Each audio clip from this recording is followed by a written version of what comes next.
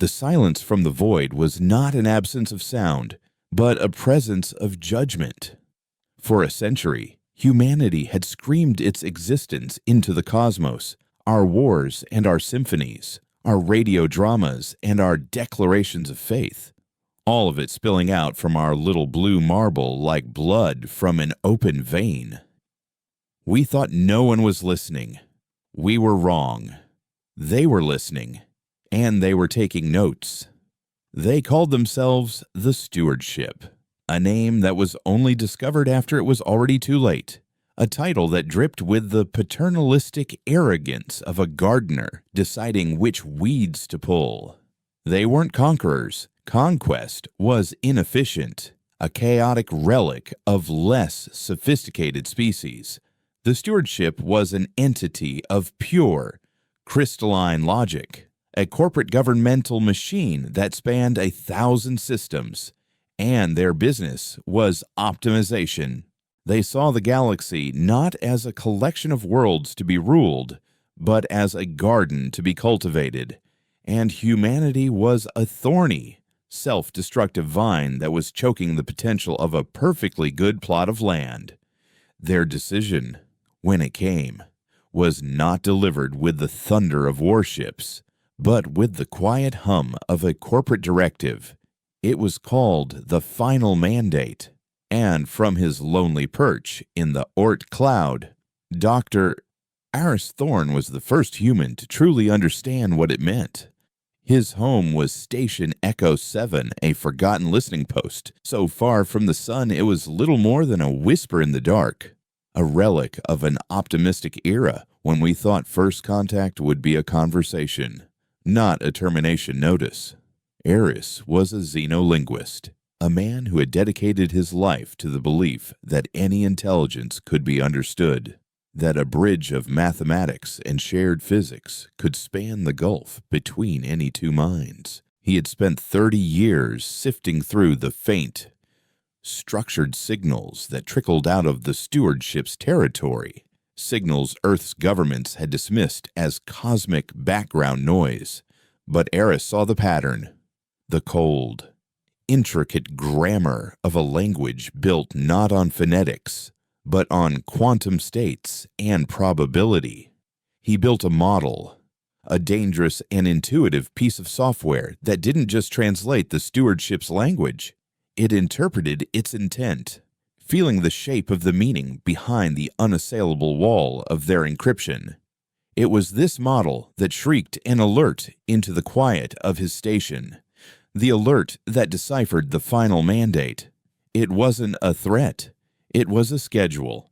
The document outlined, in excruciatingly sterile detail, the archiving of Species 734 Alpha, designated humanity. Our cultural output was to be digitized and stored. A representative genetic sample of 10 million individuals was to be cryopreserved for posterity. The planet itself, a rare Class G world rich in heavy metals and possessing a stable magnetosphere, was to be cleansed and repurposed for a more productive species. It was genocide as a line item on a budget, the end of a world as a matter of galactic housekeeping. Aris felt the blood drain from his face, the cold of the station suddenly inside him, a shard of ice in his heart. He transmitted his findings to Earth, a desperate, frantic burst of data screaming across the system. The response was apathetic, bureaucratic, a misinterpretation. They said, a hoax. The data was too complex. The implications too fantastical.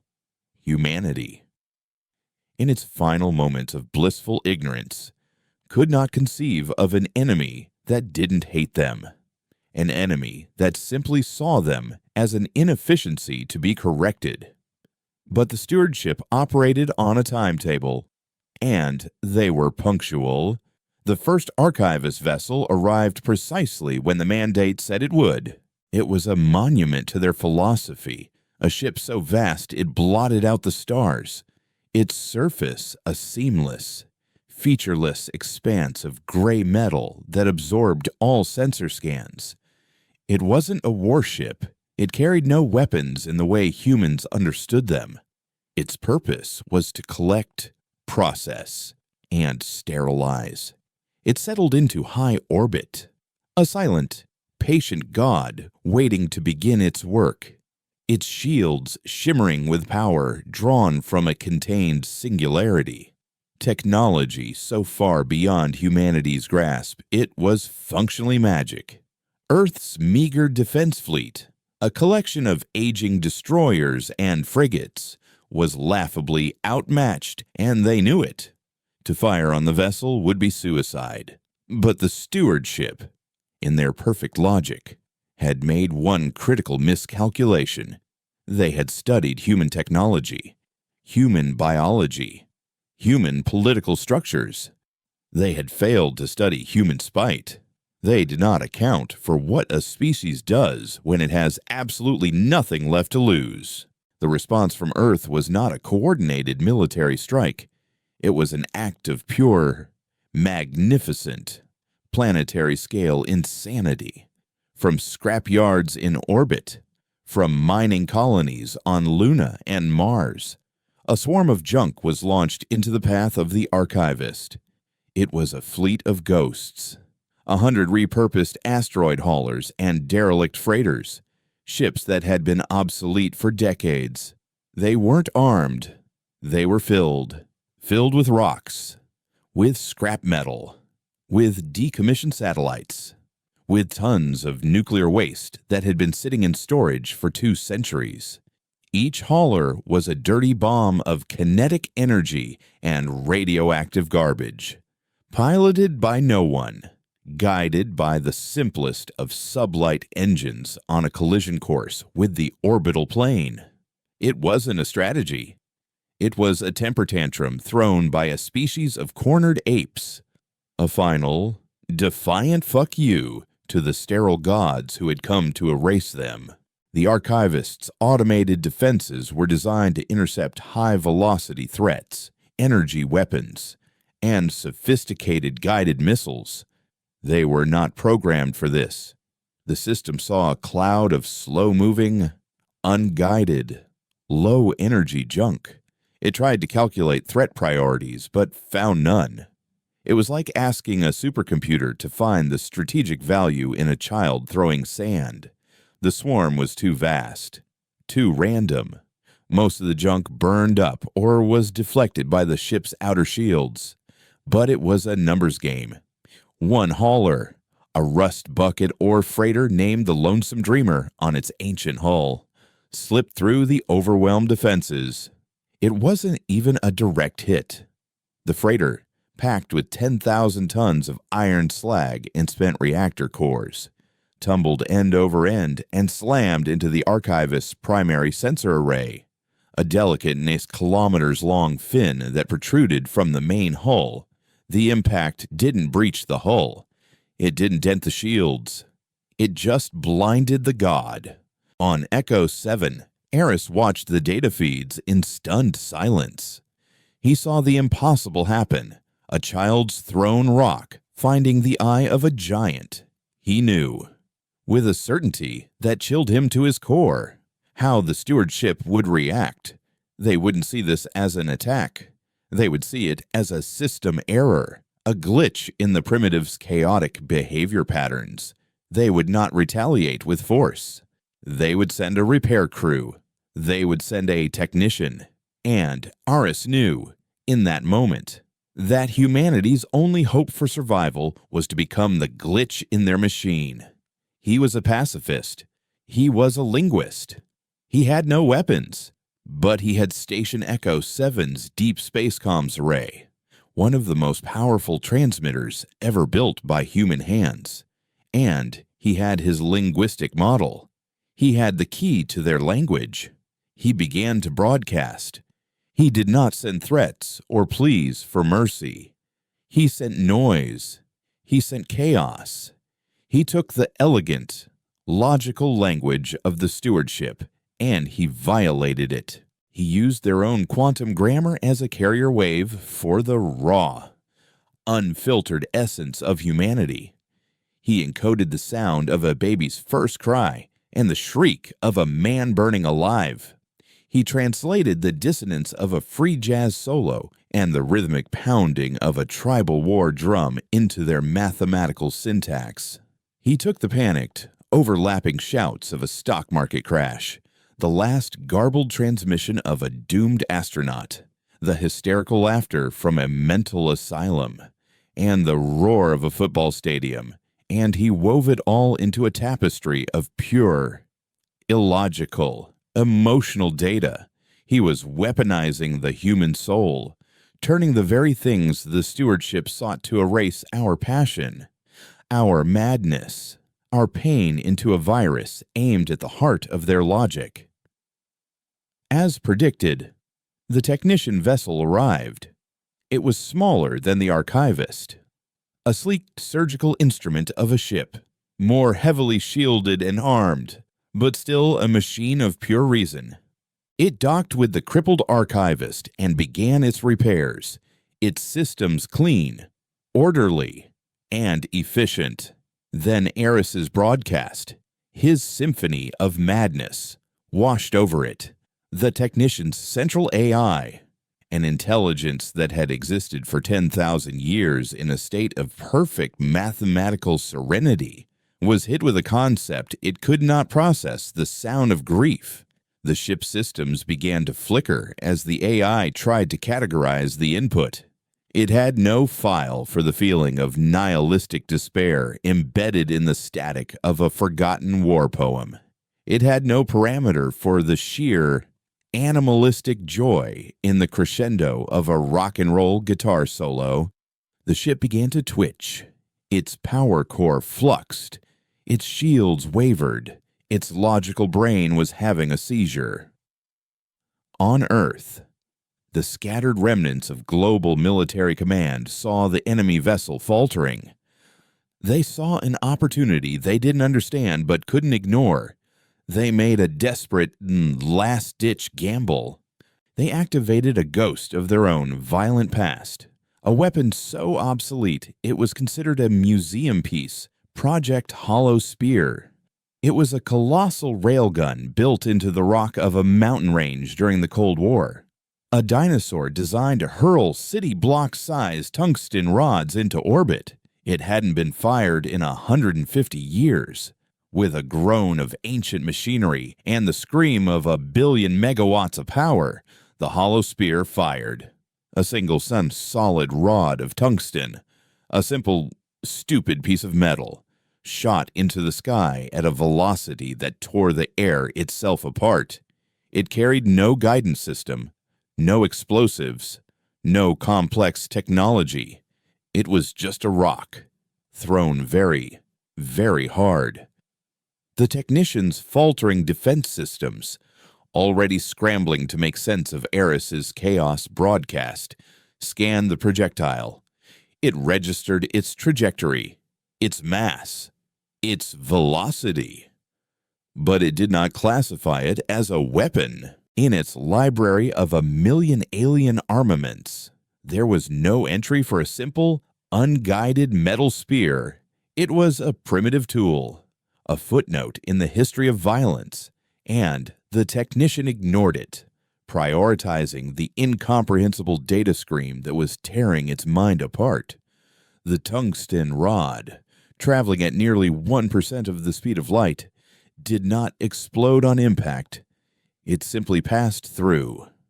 It struck the technician's engine section, piercing the fluctuating shields and the layers of armor as if they were paper, and slammed directly into the ship's exposed power core, the very heart of the machine that was shuddering under Eris's psychic assault. The fusion of brute force and weaponized chaos was absolute. The power core, already unstable, detonated. It wasn't a conventional explosion. It was a rupture in space-time, a silent, brilliant flash of white-hot energy that vaporized the technician vessel instantly. The wave of exotic particles and raw force then slammed into the crippled archivist docked beside it, and the second, larger vessel. The patient, silent god that had come to erase humanity, dissolved into a cloud of incandescent atoms from his lonely station in the black. Eris Thorn, the man who had only ever wanted to say hello, watched 2 stars be born and then die in Earth's orbit. He had done it. He had taken their sterile, quiet termination notice and turned it into a declaration of war. Humanity's first shot hadn't been fired from a cannon. It had been fired from a mountain and from a soul, a combination of our most primitive instincts and our most complex emotions. And for the first time, across the vast, cold, logical expanse of the stewardship, a new feeling began to bloom in the heart of their perfect machine confusion. And right behind it, something else. Something they had no word for. Fear. The quiet was over. The screaming had just begun. Victory did not taste sweet. It tasted of iron and ozone, of burnt circuitry and the collective, shuddering breath of a planet that had just watched its own execution stayed at the last possible second. On Earth, the impossible triumph in orbit didn't spark parades, it sparked riots. The old governments, the ones who had dithered and debated while the final mandate ticked down, were torn apart not by the stewardship, but by their own terrified and furious citizens. Power, in the aftermath, didn't flow to the designated successors. It was seized by those who had been preparing for the end of the world all along: the engineers, the logisticians, the retired generals who had been dismissed as paranoid relics, and the scrappers who knew how to turn one man's trash into another man's weapon. This new, brutal meritocracy was born in the orbital debris field that now choked the skies, a glittering, lethal halo of vaporized alien alloy and human defiance. They called it the Boneyard, and for Kalen Rostova, it was home. Kay was a child of the void, born on a zero-G mining rig and raised with a plasma torch in one hand and a wiring schematic in the other. She saw the Boneyard not as a graveyard, but as a gold mine. While the nascent Terran Defense Directorate was still trying to consolidate power on the ground, Kay was already out there in her ship, the Crow, a vessel that was less a manufactured product and more a personal statement.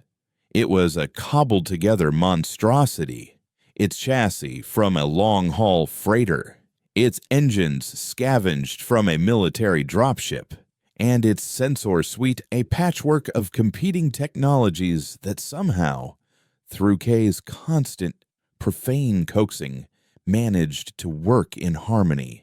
She was a scavenger, a mechanic, and a pilot of uncanny skill, navigating the treacherous, tumbling ruins of the battle with the grace of a surgeon. She was cutting into a fragment of the archivist's hull, a piece the size of a city bus, when the call came.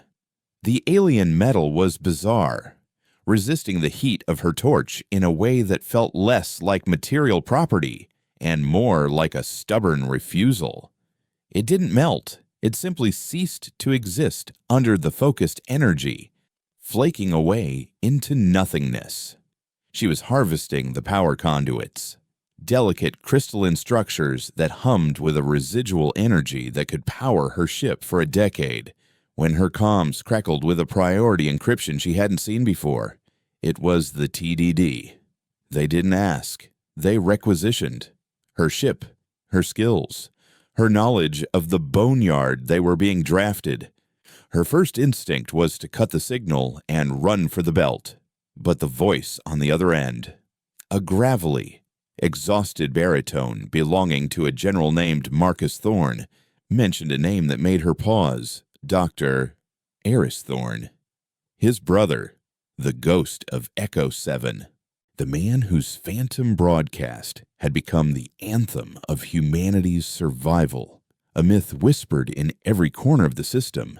The TDD had a problem.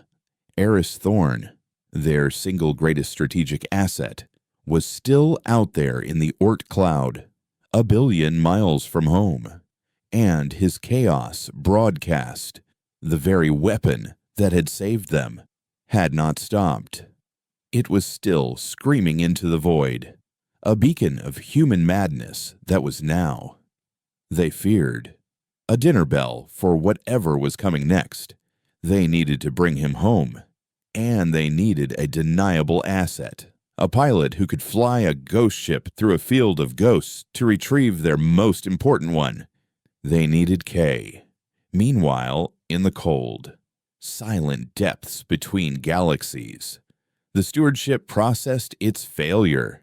There was no anger, no thirst for revenge. There was only data. An anomaly had occurred. A Class G world populated by a chaotic primate species had neutralized 2 capital-class vessels using a combination of primitive kinetic bombardment and a previously unknown form of psychoactive data warfare. The final mandate was suspended. The classification for Species 734 Alpha was changed. They were no longer an inefficiency to be cleansed. They were a cognitohazard. A new directive was issued, cold and precise. It did not authorize a fleet. It authorized a single instrument. In the stewardship's vast lexicon, it was called a sensor, but the term was inadequate.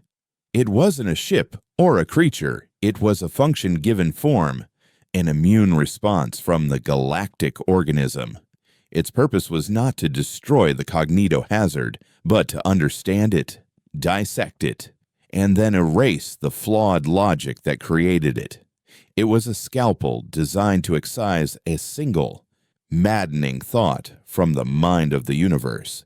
The sensor detached from its mooring in a void-dark dockyard and turned its attention toward the faint and distant star that now pulsed with a signal of pure, beautiful chaos. It did not travel through folded space or wormholes. Such methods were crude and loud. It simply ceased to be in one location and began to be in another. Its movement, a quiet ripple in the fabric of causality. Its destination, the source of the noise, Station Echo 7. The journey out to the Oort cloud was a descent into absolute loneliness. For weeks, Kay flew the crow through a darkness so profound the stars themselves seemed to retreat. The sun was just another bright point of light behind her, indistinguishable from 1,000 others. This was the true void, where the flimsy concepts of up and down dissolved, and the only companion was the low hum of the reactor and the whisper of the life support. She spent the time hardening the crow, welding the strange, energy-absorbent plates of the archivist's hull onto her own, integrating the alien power conduits into her systems. The ship became a hybrid, a mongrel of human desperation and alien logic, its signature growing stranger, harder to define. She felt a grudging respect for the man she was flying to meet. To willingly live out here for 30 years required a level of mental fortitude or sheer insanity she couldn't comprehend. As she neared Echo 7's coordinates, a new sound began to bleed through her comms, a ghost that grew stronger the closer she got.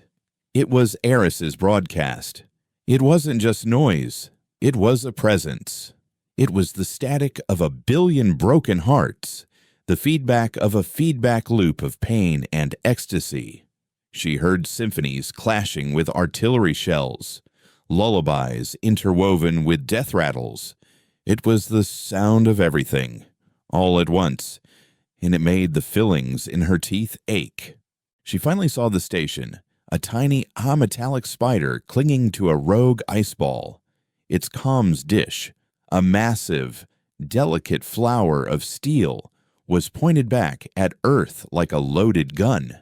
She docked the crow with a soft clang that seemed deafening in the oppressive silence between the waves of the broadcast. The airlock hissed open, and she stepped into a world of ordered chaos. The station was cold, meticulously clean, but every surface was covered in Eris Thorne's elegant, spidery handwriting, complex equations, and linguistic trees scrawled over viewports and bulkheads. And at the center of it all sat the man himself. He was impossibly thin, his face all sharp angles and shadowed eyes that seemed to be looking at 1,000 things at once. He was surrounded by a holographic sphere of swirling, chaotic data, his symphony. He didn't seem to notice her arrival.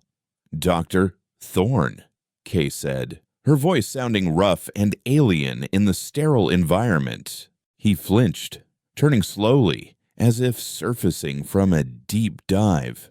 His eyes focused on her, but it felt like he was seeing the code of her DNA rather than the woman standing before him.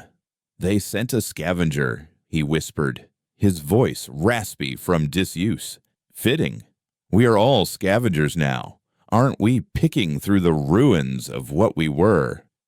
"They sent me to bring you home," Kay stated, keeping her tone flat. "Your broadcast is a liability now. You've made your point. It's time to shut it off." Aris turned back to the swirling data, a flicker of something pride, or perhaps horror in his eyes. "Shut it off. Do you have any idea what this is? This isn't just noise. It's a shield. It's a scream so loud and so meaningless they can't think. Their logic breaks against it. It's the only thing keeping their fleets from boiling our oceans. To shut it off would be to go quiet. To go quiet is to die. And to keep screaming is to tell them exactly where we are." Kay countered, taking a step closer. "General Thorne thinks you've made us a target." "We've always been the target," Eris snapped, a sudden fire in his voice. He gestured wildly at the hologram. "This is just the first time we've screamed back. This is our identity, our irrationality, our glorious, self-destructive, beautiful contradictions. It's the only thing they don't have, the only thing they can't quantify. It's not a weapon. It is proof of life." He was lost. Kay realized he wasn't a soldier. He was an artist who had accidentally created the atomic bomb and had fallen in love with the terrible beauty of its mushroom cloud.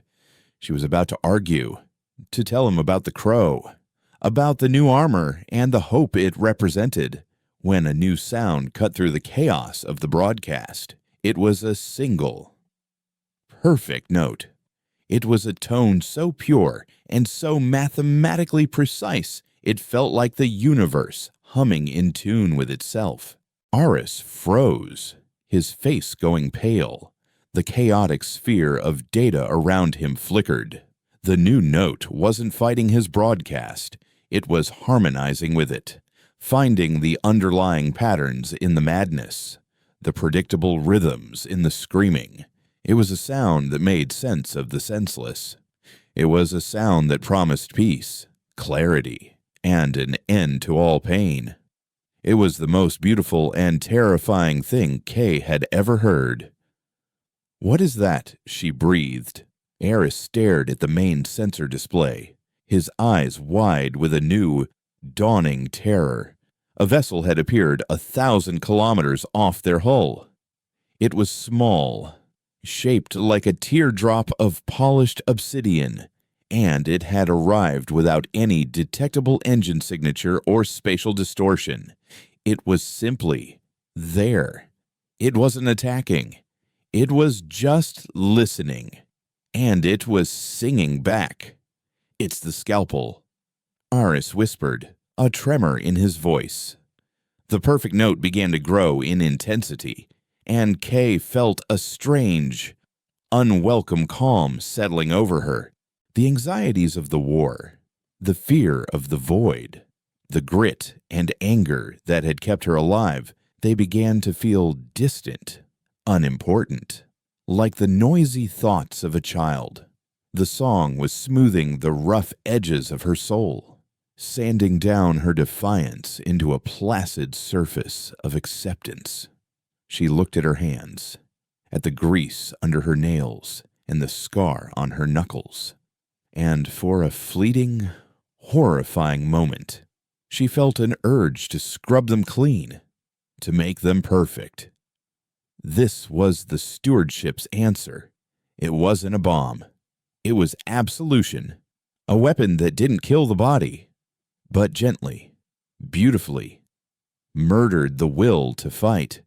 And they were trapped out here at the edge of everything, listening to it sing them to sleep. The censor's song was a virus of the soul.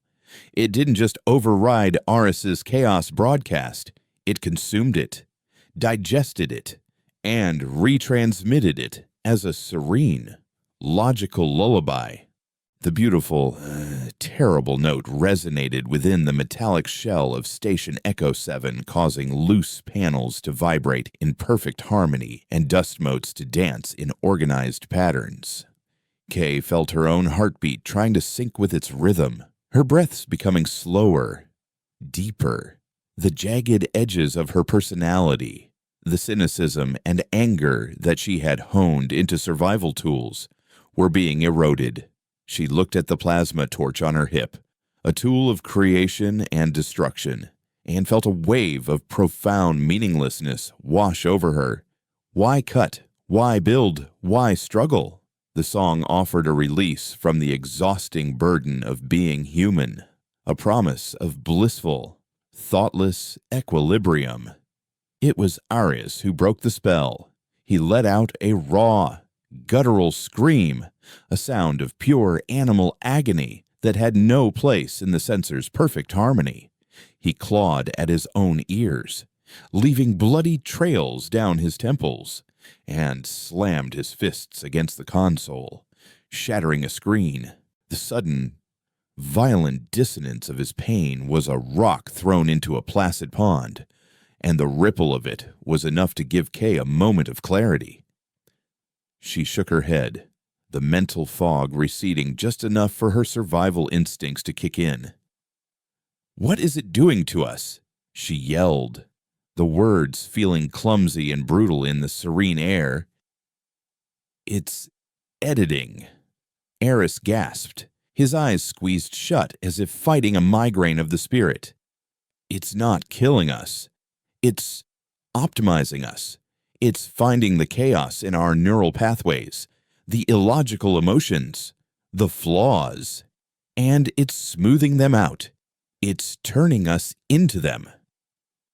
The full horror of the weapon became clear. The stewardship wasn't just erasing humanity, it was rewriting it, turning its most defiant children into placid, productive members of the Galactic Garden. Death would have been a mercy. This was assimilation of the most intimate kind. Kay knew they had seconds before they became too calm to care, too optimized to even remember why they had to fight. Her gaze fell on the Crow, docked just outside the viewport. Her ship, her ugly, imperfect, illogical collection of mismatched parts and stubborn machinery. It was an extension of herself, a monument to defiance, and the censor's song was anathema to everything it represented. "My ship," she said, her voice a low growl. "Its systems are a mess. A hybrid.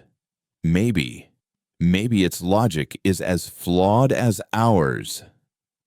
It was a desperate gamble, born from a mechanic's intuition. She ran for the airlock, the siren song of the censor pulling at her, promising her rest, whispering that this was all so unnecessary. She fought it like a physical current, every step a monumental effort of will. Behind her, Aris had started to fight back in the only way he knew how. He wasn't broadcasting chaos anymore, that had failed. Now, he was broadcasting pure, concentrated human stubbornness. He began inputting paradoxes into his transmitter, linguistic traps, and logical impossibilities. He sent the sound of one hand clapping. He encoded the liar's paradox, "This statement is false," into the stewardship's quantum grammar.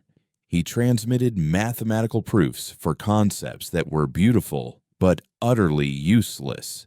He was throwing sand into the gears of their perfect thinking machine, not to break it, but to distract it, to give Kay the precious seconds she needed.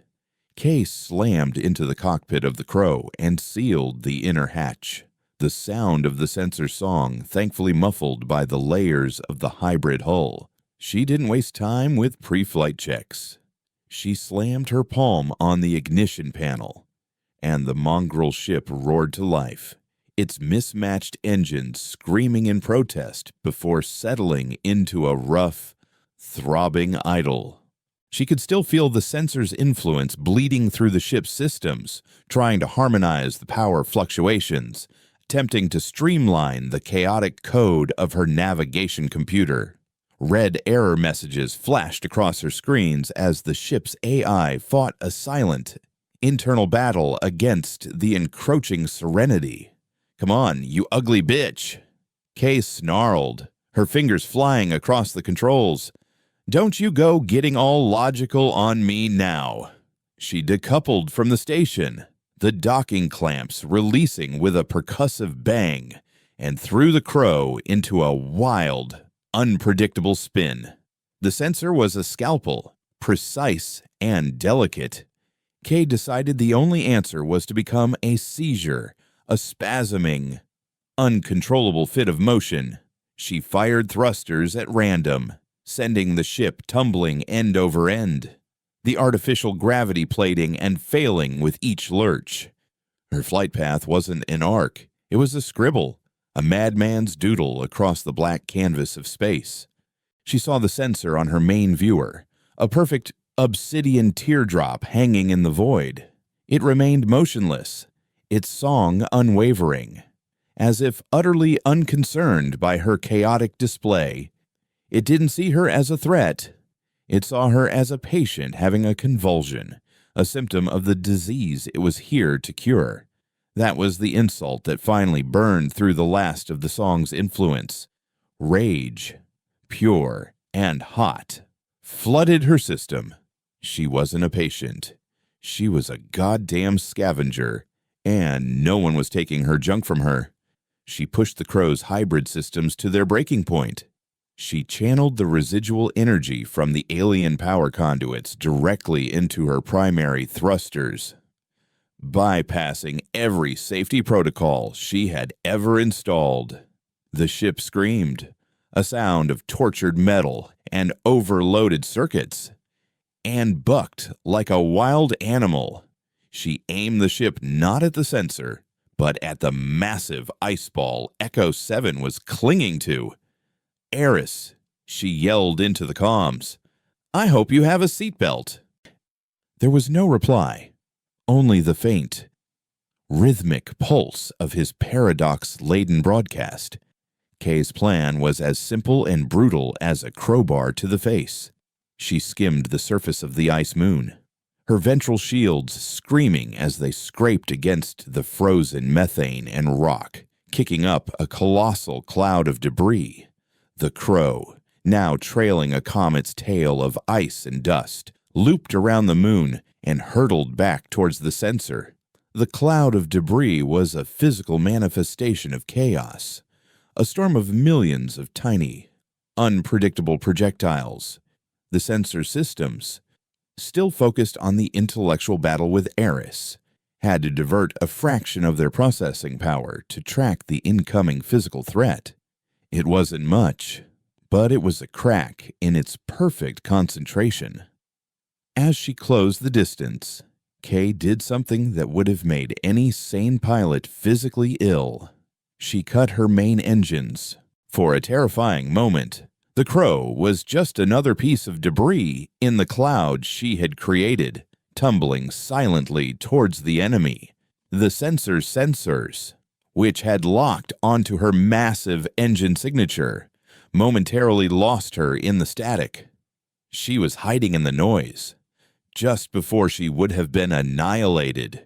She rerouted all power to her forward maneuvering thrusters, the small jets used for docking and fine control. The crow lurched violently, its nose pitching down.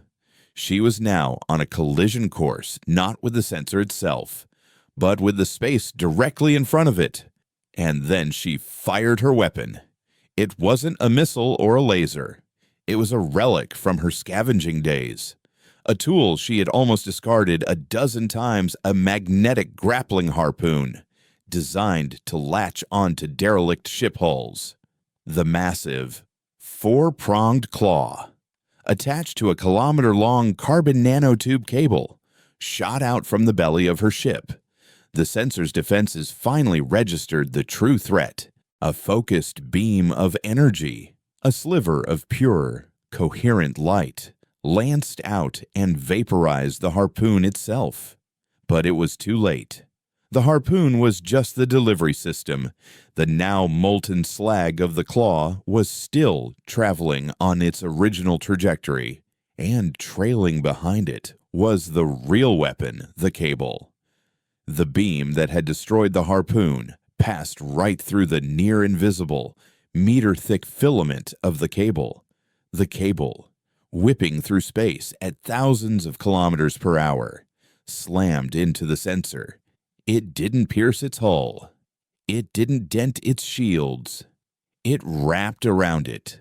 The sensor, the instrument of perfect logic and effortless movement, was now physically tethered to the crow, a spasming, chaos-spewing piece of human junk. Kay grinned, a feral, bloody-toothed expression of pure triumph. Time to dance, you son of a bitch. She fired her main engines again, not to pull away, but to throw the crow into an even more violent, uncontrolled spin. The cable went taut, and for the first time, the sensor was forced to move. It was dragged, unwillingly, into Kay's chaotic waltz. Its perfect song faltered, a note of discord finally entering the harmony as its systems tried to simultaneously fight Eris's paradoxes, counter the ship's violent pull, and track the millions of pieces of debris that were now sandblasting its hull. The scalpel was being thrashed around by the patient. On Station Echo 7, the pressure in Eris's mind lessened. The sensor was distracted, its attention divided. He pushed his advantage, his fingers a blur as he began a new broadcast. He had sent them humanity's pain, its rage, its illogical stubbornness. Now, he sent them its most potent, most dangerous, and most irrational creation of all hope. He encoded the chemical structure of dopamine. He translated the rising crescendo of a revolutionary anthem. He took the last, defiant words of martyrs and the first, hopeful gasps of newborns, and he wove them into a signal that screamed a single, insane message into the face of their cold, sterile logic. We believe we can win. The sensor recoiled from this new data toxin as if from a physical blow. Hope was the ultimate paradox, a belief in a favorable outcome without sufficient data. It was a logical fallacy, a system error, a bug in the code of intelligent life, and it was utterly corrosive to the stewardship's philosophy. The sensor's song died. In the sudden, ringing silence, Kay saw her chance.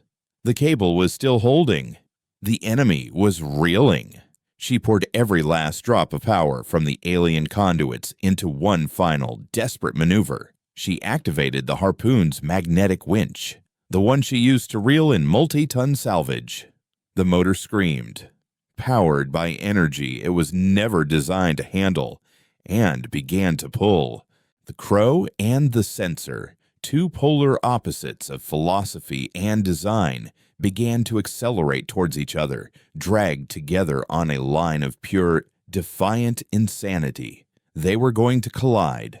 The collision was not an explosion. It was an argument.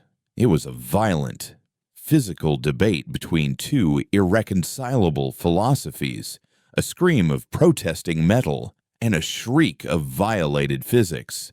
The Crow, a vessel held together by spite and scavenged parts, slammed into the sensor. A machine of flawless, untouchable logic. Kay was thrown against her restraints so hard that stars burst behind her eyes, and the ship's internal structure groaned, a chorus of tearing metal and shattering composites. The alien plating she had welded to her hull, the pieces of the vaporized archivist, flared with a ghostly, internal light, absorbing a catastrophic amount of the kinetic energy. It was the only thing that kept the Crow from being reduced to atoms. But the sensor, for all its esoteric power, was not designed for a bar fight. Its hull, a seamless shell of solidified energy and exotic matter, cracked. It was a hairline fracture, almost invisible. But to a machine of such perfection, it was a mortal wound. From that single crack, its internal atmosphere, a pressurized fluid of conductive nanoparticles, began to vent into the void, a silver, glittering mist that froze instantly into a cloud of crystalline dust. The physical impact was secondary. The real damage was conceptual. The sensor, the instrument of universal order, had been touched, dirtied, and broken by a piece of chaotic, illogical junk. Its core programming faltered, caught in a loop of disbelief. The tethering cable, now slack, whipped around the two entangled vessels like a dying snake. Inside the sensor's core, the hyper-intelligent entity that piloted the ship experienced the closest thing it could to panic. Its primary function was to correct the cognitohazard. But the hazard had proven to be physically and logically corrosive. Protocol dictated a new course of action. If a disease cannot be cured, it must be cauterized. The sensor made a decision. It began to self-destruct. It wasn't a simple detonation. It was a controlled unmaking, a process designed to erase itself and a significant volume of the surrounding space-time from existence, ensuring no trace of the contaminating chaos could survive. On Station Echo 7, Aris saw the energy readings spike to impossible levels.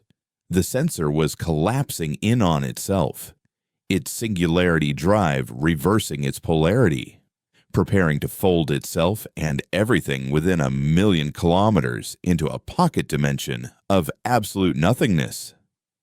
Kay, get out of there. It's going to... His warning was cut short as the sensor's final act began. A sphere of perfect, silent blackness began to expand from the fractured hull of the alien ship. It wasn't an absence of light. It was an absence of existence. It consumed everything it touched. Stars vanished from view as it expanded. The debris cloud from the ice moon was wiped from reality. Kay fought the controls of the dying Crow. Half her systems were dead, the cockpit flickering in and out of darkness. The main engines were gone. She was a dead fish in the water, tethered to a miniature black hole. She had won the fight, but she was about to be erased as a footnote in the final report. As the sphere of annihilation expanded towards her, a new system flickered to life on her console. It was a system she hadn't installed, a piece of technology she didn't recognize. It was a gift from the dead.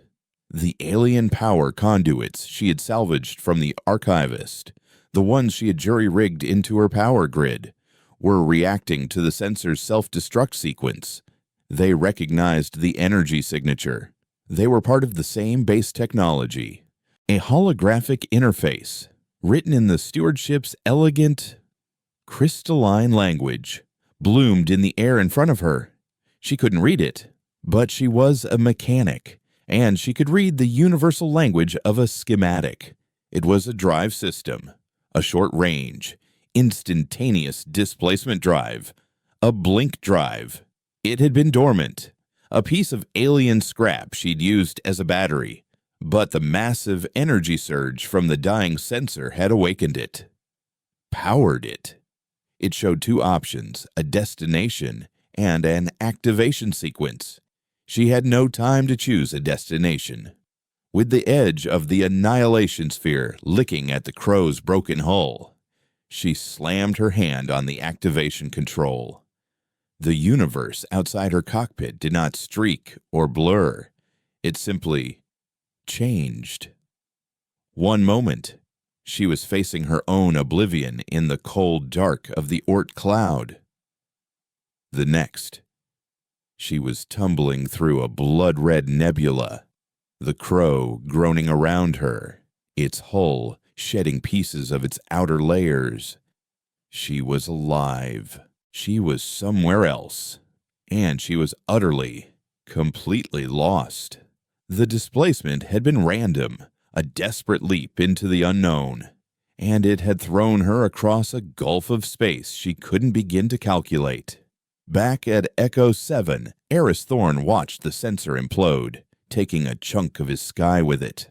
The crow had vanished a microsecond before the end.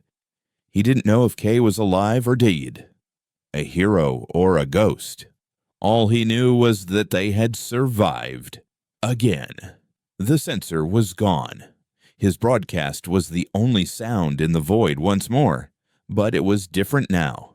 His fight with the sensor had changed him, changed the very nature of his weapon.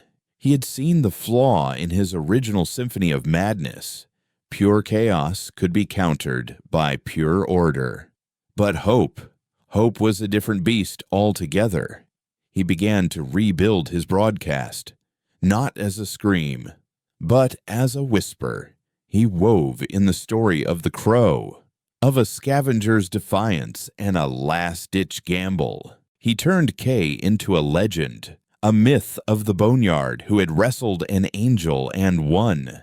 He sent not just the sound of humanity's pain, but the proof of its resilience.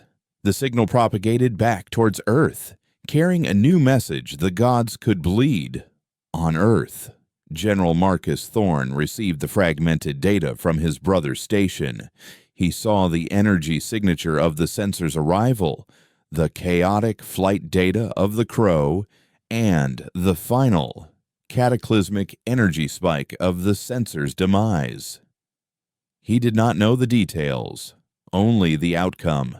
The lone scavenger he had sent on a suicide mission had somehow neutralized a threat that defied their understanding of physics. Kai Rostova, a name that had been a minor annoyance in his personnel files, was now the single most important human in existence, if she still existed. The victory, however, was a terrifying one. It proved the stewardship was not a monolith. They had specialized tools, assassins of the mind, and they were willing to deploy them. The next one would not make the same mistakes. Humanity had won a battle, but in doing so, they had revealed the nature of their defenses. They had shown their hand. Marcus Thorne was a pragmatist. He knew that a shield, no matter how clever, could always be broken. The only path to survival was to build a sword. The boneyard, the orbital scrapyard that had been a symbol of their victory, now became the heart of a new, desperate industry. The fragments of the archivist and technician vessels were no longer just scrap to be harvested. They were holy relics to be reverse engineered. Humanity's best minds, a frantic coalition of disgraced academics, military engineers, and intuitive back-alley mechanics like Kay, were thrown together into a crucible called Project Chimera. Their directive was simple: take the enemy's technology and make it ours. Make it angrier. Make it dirtier. Turn their sterile, illogical science into a weapon with a human soul. They made progress in leaps and bounds. They learned to replicate the strange, energy-absorbent hull plating. They coaxed the crystalline power conduits into powering their own primitive reactors, creating hybrid power sources of immense, unstable output. But the crown jewel, the thing they couldn't crack, was the FTL drive. The fragments of the stewardship's propulsion systems were a maddening puzzle, operating on principles of physics that humanity hadn't even theorized yet. Without the ability to travel between stars, they were trapped, a screaming child in a locked room, waiting for the parents to finally come and administer the punishment. They were a planetary power in a galaxy of gods, and time was running out, thousands of light years away. Kay Rostova was fighting to keep the Crow from falling apart. The random jump had saved her, but it had shattered the ship's delicate systems. She was bleeding air from a dozen microfractures. Her navigation system was a blank screen, and the alien blink drive was fused into a solid, inert lump of slag. She was adrift in an unknown star system, a place of stunning alien beauty. She had jumped into a trinary system where 3 suns, one gold, one blue, one a furious crimson, chased each other in a complex gravitational dance.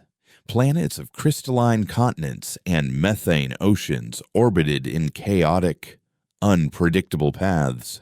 It was a place that logic would have deemed too unstable for life.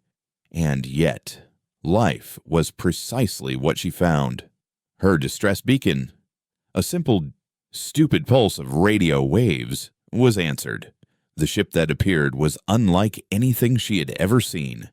It wasn't the seamless, sterile perfection of the stewardship, nor the brutal, functional junk of humanity. It was organic.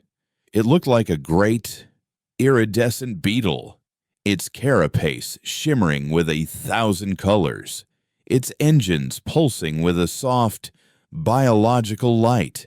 It was a living ship. The beings that came aboard the Crow were equally strange. They were tall, slender, insectoid, with multifaceted eyes and delicate, chitinous limbs. They moved with a slow, deliberate grace, their heads tilting as they took in the chaotic, jury-rigged mess of Kay's cockpit. They communicated not with sound, but with shifting patterns of colored light that emanated from their skin. A silent, beautiful language of bioluminescence. Kay expected to be dissected, or worse. Instead, they offered her help. They sealed the leaks in her hull with a resinous substance that hardened instantly. They stabilized her failing reactor with a touch from their strange, glowing hands. They seemed to possess an innate, intuitive understanding of technology, a kind of biological engineering that felt more like art than science. They were called the Signian Compact, and Kay Rostova, the scavenger from the boneyard, had just stumbled into the galactic underground. The Signians were not a major power. They were nomads, traders, artists, and, most importantly, survivors. They were one of a dozen smaller species who had survived the stewardship's expansion not by fighting, but by hiding, by being too small, too mobile, too unimportant to be optimized. They lived in the cracks of the galaxy, in the unstable systems and forgotten nebulae where the stewardship's cold logic saw no value. They told Kay, in their silent language of light, that they had been watching the stewardship for millennia. They knew of their methods, their philosophy, their unforgiving logic. They also knew their weaknesses. And they told her that humanity's chaotic, illogical scream, Eris Thorne's broadcast, had not gone unheard. It had been a rallying cry, a signal of defiance that had resonated through the hidden corners of the galaxy. Humanity, they explained, was the first species to make the stewardship bleed. And in doing so, they had become a symbol. They had become hope. The Cygnians showed Kay their star charts. They were not the neat, orderly grids of the stewardship. They were a chaotic web of secret pathways, of gravitational slingshots, of temporary wormholes that blinked in and out of existence.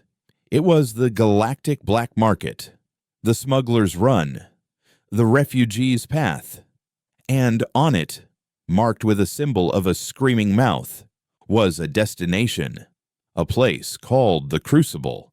It was a rogue planet, hidden in the gravitational well of a black hole, a place where the cast-offs of the galaxy gathered. It was a haven for pirates, mercenaries, rogue scientists, and rebels, all united by a single, burning hatred for the stewardship. It was a place where they were building a fleet of junk, of hybrid ships, of stolen tech and desperate prayers. A fleet that was waiting for a leader. A fleet that was waiting for the myth of the human who had fought an angel and lived to tell the tale. The Cygnians offered to repair the Crow. More than that, they offered to upgrade it, to weave their organic technology into its broken systems, to make it a true hybrid of machine and life. They could give her a ship capable of navigating the secret ways. The choice was hers. She could try to find her way back to Earth, a journey that would take a lifetime, assuming she could even find it. Or she could go to the Crucible. She could embrace the legend that Aris Thorn had created for her. She could become the cognito hazard. She looked at the Cygnian leader, at its multifaceted eyes that seemed to hold the light of 1,000 dying stars, and she made her choice. Just make sure she's still ugly, she transmitted, using her ship's external lights to mimic their language. A soft or appreciative pulse of blue light was her answer. Earth was learning to build a sword. But out here, in the dark, Kay Rostova was about to learn how to start a fire. The new Crow was a living thing. The Cygnians had not just repaired it, they had coaxed it into a new state of being. Their organic resin had flowed into the microfractures, not just sealing them, but growing into a flexible, crystalline armor that shifted its molecular structure in response to threats.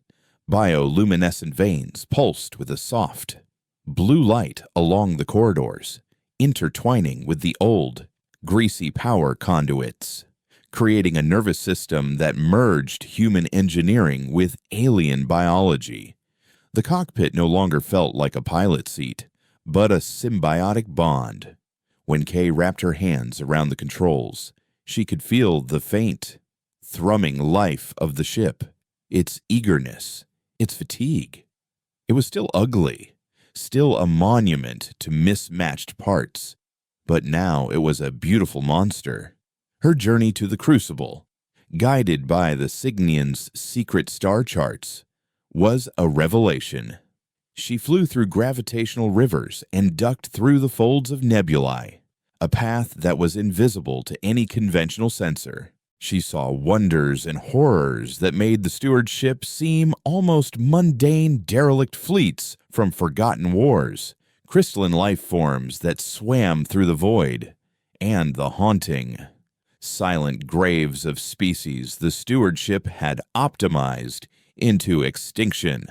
The Crucible itself was a testament to the galaxy's stubborn refusal to die. It was a rogue planet, warmed by a massive artificial core, its surface a chaotic sprawl of scavenged cities and shipyards burrowed into the rock. The sky was a perpetual twilight, lit by the welding torches of a dozen different species and the eerie glow of the black hole it orbited.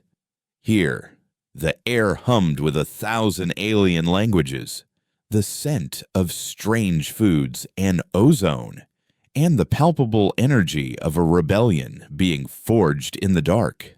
The legend of Kay Rostova had preceded her. They called her the Angel of Chaos, the Censor Breaker.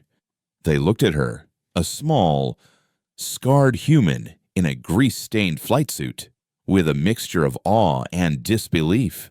But respect in the Crucible wasn't given, it was earned. She earned it not with stories, but in the simulator, in the engine room, and in the bare-knuckle brawls that passed for diplomacy. She showed them how to turn their junk into weapons, how to think like a cornered animal, how to weaponize their own desperation. She taught them the human art of spite. Back in the Sol system, the sword was being forged, but its arm was too short. Project Chimera had succeeded beyond anyone's wildest dreams. They had created a fleet.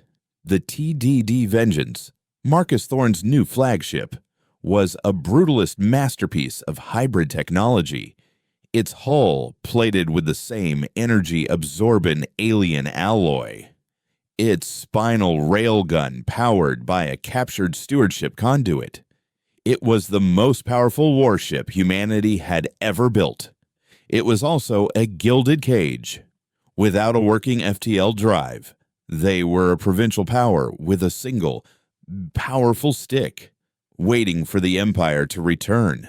Eris Thorne's new broadcast, The Whisper of Hope, had become the unifying anthem of the Terran resistance, a constant reminder of what they were fighting for. But now, a new sound was bleeding into the system.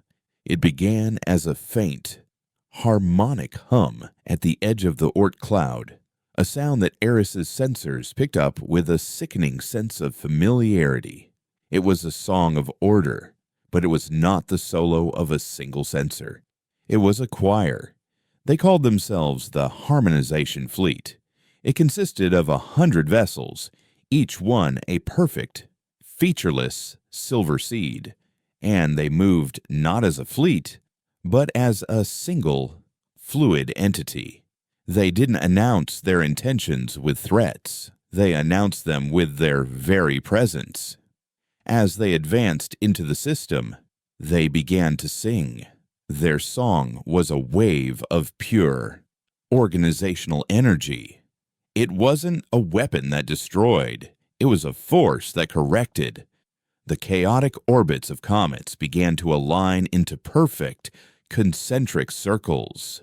The roiling storms of Jupiter calmed, its great red spot shrinking into a placid, uniform pink. The Boneyard, the symbol of humanity's defiance, began to organize itself, the tumbling debris slowing, sorting itself by mass and elemental composition, and forming a neat, orderly ring around the Earth. The fleet was sterilizing the system of its chaos, preparing the ground for its final, gentle cleansing. Eris's broadcast was drowned out, his signal of hope lost in the overwhelming symphony of their logic.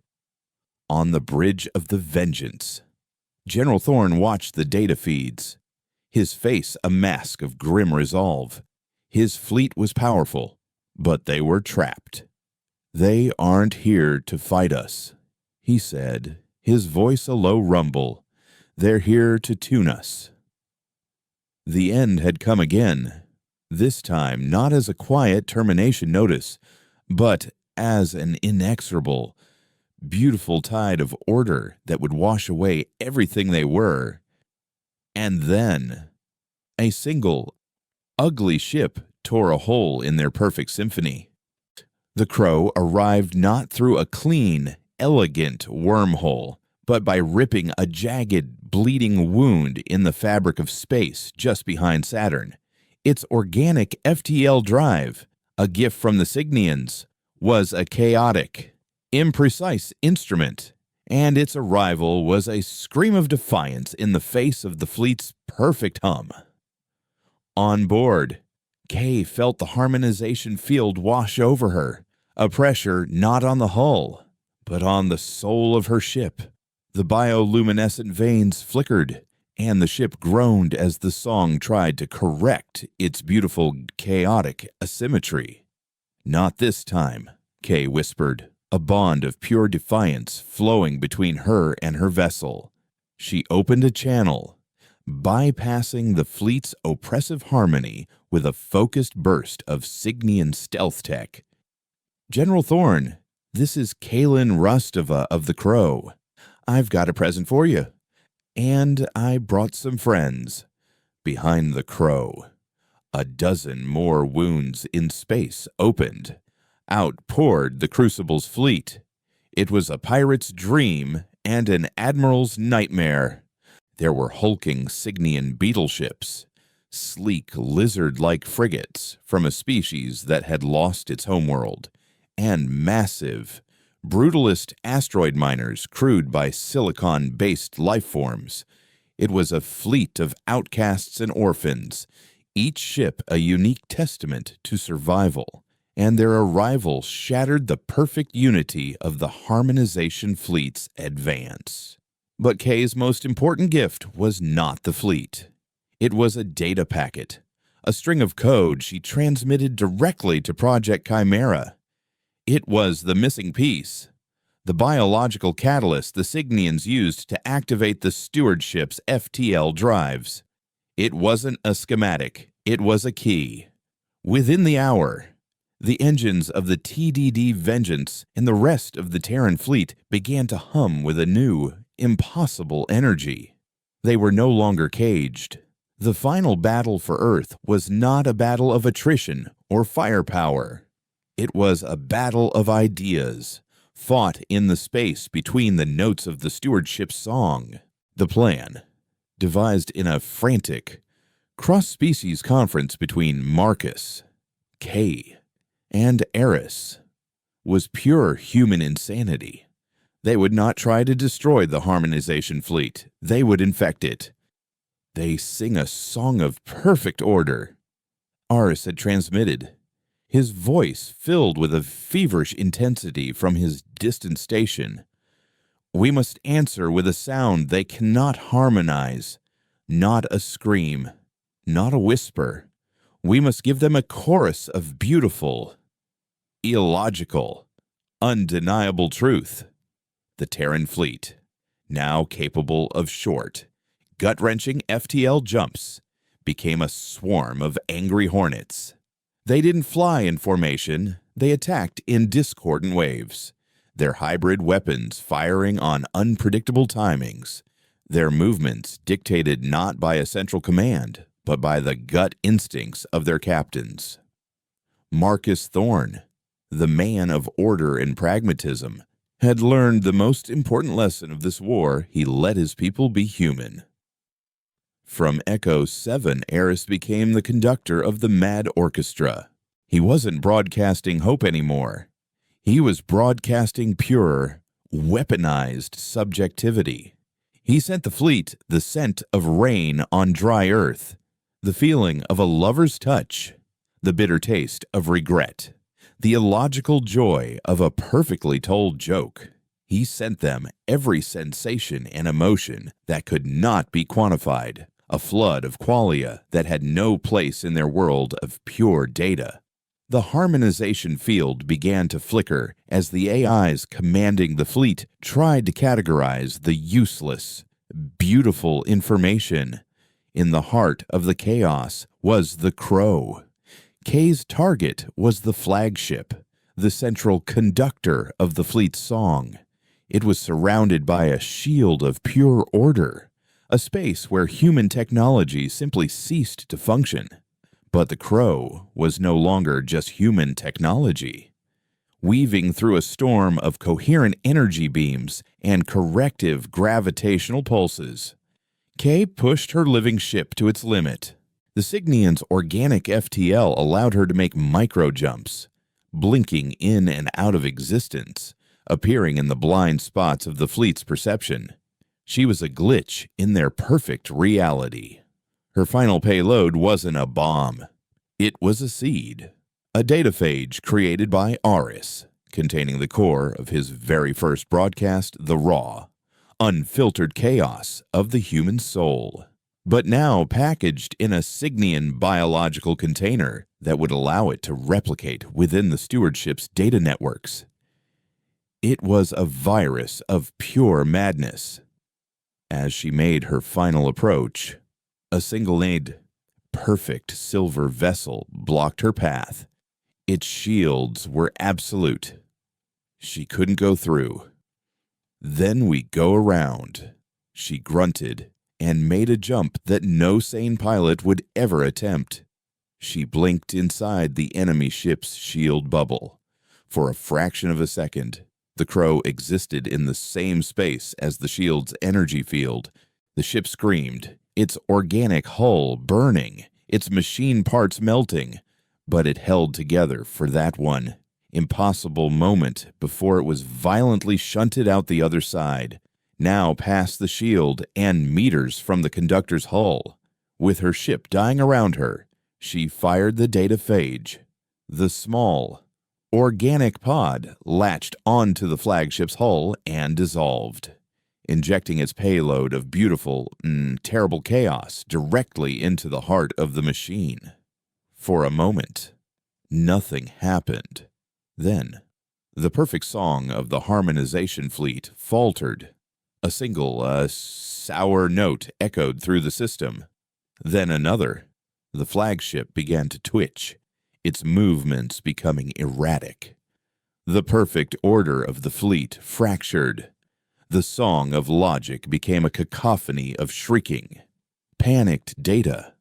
Vessels, freed from the central command and infected with a maddening dose of illogical humanity, began to act on their own. Some simply went inert. Others fired on their own comrades. Many simply turned and fled, ripping holes in space in a desperate attempt to escape the infuriating, incomprehensible noise that now filled their minds. The stewardship did not lose the battle. They simply stopped understanding it. Their logic had broken. The invasion was over. In the aftermath, the Sol system was quiet. The remaining stewardship vessels had withdrawn, quarantining the system with a warning buoy that, when translated, simply read, "Here be monsters." Earth was scarred, bleeding, and forever changed, but it was free. On the observation deck of the half-built orbital station that now occupied the boneyard, Kay, Eris, and Marcus stood together, watching the stars. They had not brought peace to the galaxy. They had not defeated the stewardship.